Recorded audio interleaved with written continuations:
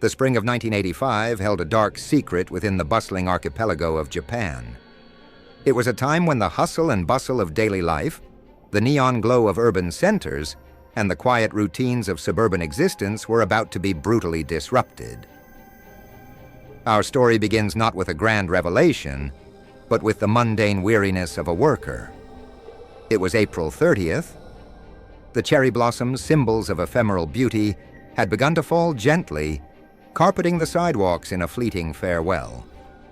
A truck driver whose name has been lost to the annals of time finished his long and arduous shift.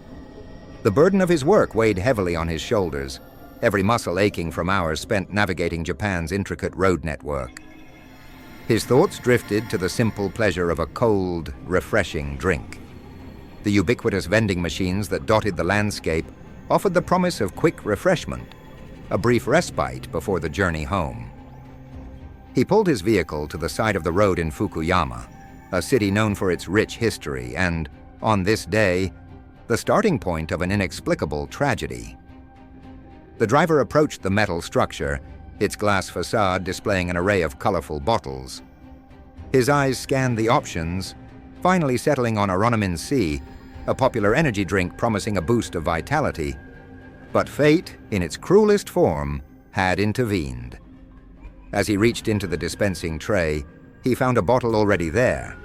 A nameless benefactor, he thought, had left an extra. Perhaps an act of kindness, a moment of shared humanity in the relentless pace of modern life. He opened the bottle and, with a sigh of gratitude, drank it. The expected refreshment never came. Instead, a searing fire erupted in his throat, an agonizing pain that spread with terrifying speed. Nausea, a relentless wave, washed over him, and his body, once a vessel of strength, betrayed him. He collapsed onto the hard asphalt, his world dissolving into a vortex of pain and confusion. Passers-by, witnessing his distress, rushed to his aid. An ambulance arrived, its siren wailing a mournful cry, tearing through the afternoon calm. He was taken to a nearby hospital, where a horrifying discovery awaited. Doctors, their faces etched with concern, identified the cause: parathion. Parathion, a name that would soon be whispered with dread, was a common agricultural chemical in Japan at that time. Its effectiveness as a herbicide was well established, but its toxicity to humans was equally profound. Consumption led to a series of horrors: severe nausea, severe inflammation of the throat, internal chemical burns that ravaged delicate tissues, and ultimately, if the dose was sufficient, death. Its devastating potential was so widely recognized that more than 70 countries had banned its use. In 1985 in Japan, parathion was used not only in vast agricultural lands, but also in small gardens and even in home yards. This easy access to a deadly chemical added to the horror of the crimes that were to come. The medical team fought valiantly, but their efforts were in vain. In 1985, the medical world had not yet found an effective antidote for this dangerous poison. The truck driver lingered between life and death for a month. On May 30th, his struggle ended. He became the first victim, an unwitting participant in a drama that would soon grip the entire nation in fear. His death sent shockwaves through the Fukuyama community, leaving residents with a disturbing sense of insecurity and vulnerability. The initial investigation was shrouded in uncertainty. Law enforcement, their minds grappling with the inexplicable, considered various possibilities. Could it have been an accident? A tragic occupational hazard? The driver's work, after all, brought him into contact with various substances. His cargo records were meticulously examined, scrutinized for any trace of parathion or related chemicals. But the records offered no answers, no comforting explanation. Investigators interviewed the driver's colleagues, family members, and anyone who might have relevant information, but every lead turned into a dead end. The evidence pointed to a more sinister direction. The drink itself had been deliberately contaminated. The driver, in his final act of trust, had consumed a deadly concoction. But who would commit such a heinous crime? And why? The investigation stalled, hampered by the lack of any tangible leads. Was it a targeted attack or a random act of malice? These questions hung heavy in the air, unanswered and unsettling. In the context of that time, the idea of deliberate poisoning, although shocking, was not entirely unthinkable. Parathion, horrifyingly, was readily available. There were no strict regulations, no requirements for identification or prescriptions governing its purchase. It was a silent killer lurking in plain sight. In 1984 alone, the year before the first tragedy, Parathion was implicated in more than 1,400 suicides in Japan. The accessibility of the poison cast a long shadow over the investigation, blurring the lines between self-destruction and homicidal intent. The authorities realized that they were dealing with a case unlike any they had ever encountered, a crime that defied conventional understanding of criminal motivation and methods. The case threatened to fade into obscurity, another unsolved mystery lost in the labyrinth of urban life. But fate, it seemed, was not yet finished with its grim tableau. On September 5th, a second victim fell prey to the same deadly poison, the same brand of energy drink. These chilling similarities could no longer be dismissed as coincidence. 6 days later, a third person died, and then 2 weeks after that, a fourth. The police began to work under the hypothesis that the murders were committed by the same person. A horrifying realization dawned on the investigators, a chilling truth that sent shivers down their spines. This was not a series of isolated incidents. This was the work of a serial killer, a phantom figure moving through the shadows, leaving a trail of poisoned drinks and shattered lives in his wake. Vending machines, once symbols of convenience and accessibility, had become instruments of death. News of the murders spread rapidly, creating an atmosphere of fear and suspicion throughout the country. People became afraid to buy drinks from vending machines, and sales plummeted. The killer, it seemed, was a master of deception, a ghost in the machine. He left behind no fingerprints, no trace of DNA, no tangible evidence that could lead to his identification. He chose his targets carefully, selecting vending machines strategically located away from the watchful eyes of CCTV cameras. His methods were as efficient as they were terrifying. The killer operated with an astonishing level of precision and patience, meticulously planning every step to avoid detection. He knew how vending machines worked, how to manipulate the products, and how to disappear without a trace.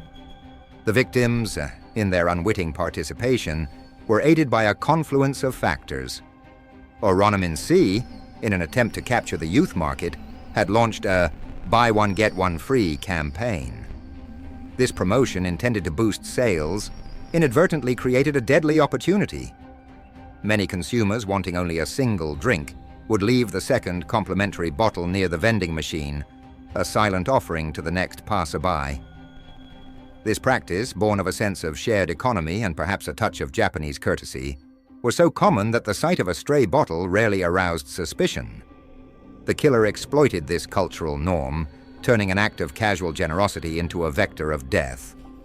The killer's motive for taking advantage of this promotion may have been for several reasons, such as to spread the poison to more people or to avoid suspicion. The killer's method was tragically effective. By the end of that year, the death toll had reached 12. 35 others survived, but their bodies and minds were scarred, their lives forever altered by the encounter with the poison. The nation reeled, gripped by a fear that lurked in the most mundane of places. The impact of the murders was immense, affecting not only the victims and their families, but also Japanese society as a whole. Trust in public institutions was eroded, and a widespread sense of insecurity emerged. The investigation, now a desperate race against time, faced almost insurmountable challenges. The killer operated across a vast geographical area, traversing western and central Japan, and even venturing into the sprawling metropolis of Tokyo. This nomadic pattern made it nearly impossible to establish a clear profile, to discern a pattern that might lead to his capture. The lack of concrete evidence further compounded the frustration, leaving investigators grasping at shadows. An investigative team comprising the best of Japan's law enforcement was deployed for this case, but they too were baffled by the lack of leads. The motive behind the killings remained an enigma. Speculation ran rampant, theories swirling like autumn leaves in a sudden gust of wind. One hypothesis, fueled by a similar incident in the past, centered on the possibility of extortion.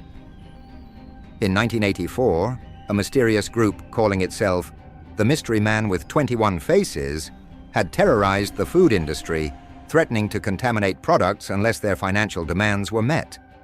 Some believed that the vending machine killer was a copycat, emulating the tactics of this earlier group. The motive for extortion in the case of the Mystery Man with 21 Faces was to obtain money from food companies. But this theory quickly lost its luster. Otsuka Pharmaceutical, the manufacturer of Oranomin C, received no threatening letters, no demands for money.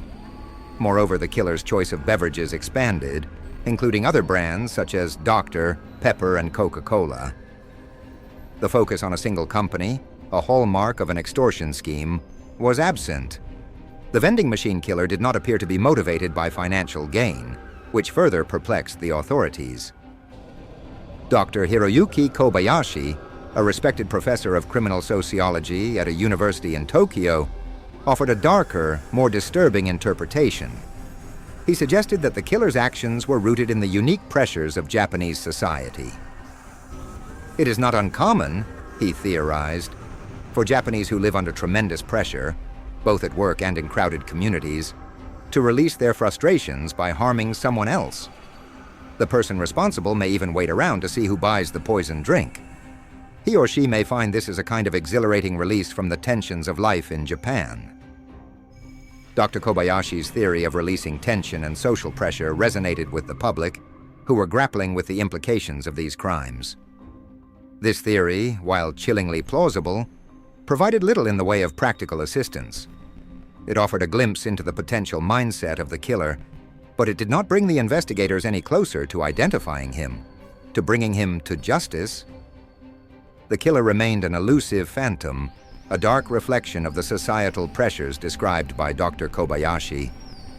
The authorities faced the daunting task of capturing someone who seemed to be motivated by irrational and elusive forces. Desperate and running out of options, the authorities turned to the public for help. On September 27th, a nationwide campaign was launched, a plea for vigilance in the face of an unseen enemy. Posters were placed in public spaces, and leaflets were distributed to every corner of the country. The message was clear, concise, and urgent. Avoid suspicious free drinks, inspect the capsules on your beverages before consumption, report any tampered bottles. The public campaign was unprecedented in its scale and intensity, reflecting the desperation of the authorities. Vending machine owners were instructed to conduct thorough inspections of their machines, looking for any signs of tampering, any anomalies that might indicate the presence of poisoned drinks. Chemical retailers were urged to exercise greater scrutiny over their customers, to be alert for any unusual purchases, any patterns of behavior that might raise red flags. These measures were unprecedented and disrupted the normal operations of businesses throughout Japan. The effectiveness of this campaign remains a subject of debate. The number of victims continued to rise, even after its implementation. The killer, it seemed, was undeterred, continuing his deadly game with impunity. But then, as abruptly as it had begun, the killing spree stopped. The sudden cessation of the killings was as puzzling as their commencement, leaving authorities and the public to speculate about the reasons behind it. On November 17th, the poisoning stopped. The last victim was a 17-year-old girl, the only female to die in this series of crimes. Her death marked the end of the killer's reign of terror, but it also deepened the mystery surrounding his motives. The young girl's death triggered a wave of grief and outrage, but it also raised disturbing questions about the killer's intentions. The killer's sudden cessation of violence remains a subject of intense speculation. Was it a calculated decision, a change of heart, or simply a matter of circumstance? The death of the young girl, the sole female victim, raised a disturbing question.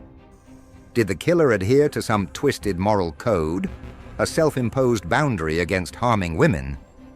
This theory, however, remains nothing more than conjecture, a desperate attempt to impose some semblance of logic on an act of utter irrationality. The killer's motives remain a mystery to this day. The vending machine killer was never apprehended.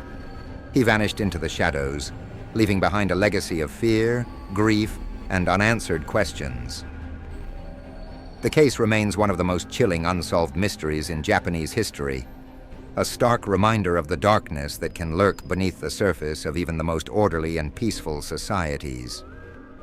The memory of the victims, the fear that gripped the nation, and the elusive nature of the perpetrator continue to haunt the collective consciousness, a grim testament to the fragility of life and the enduring power of the unknown. The case continues to inspire books, films, and other works of art, serving as a lasting reminder of the incomprehensible crimes that occurred in Japan during that fateful spring of 1985.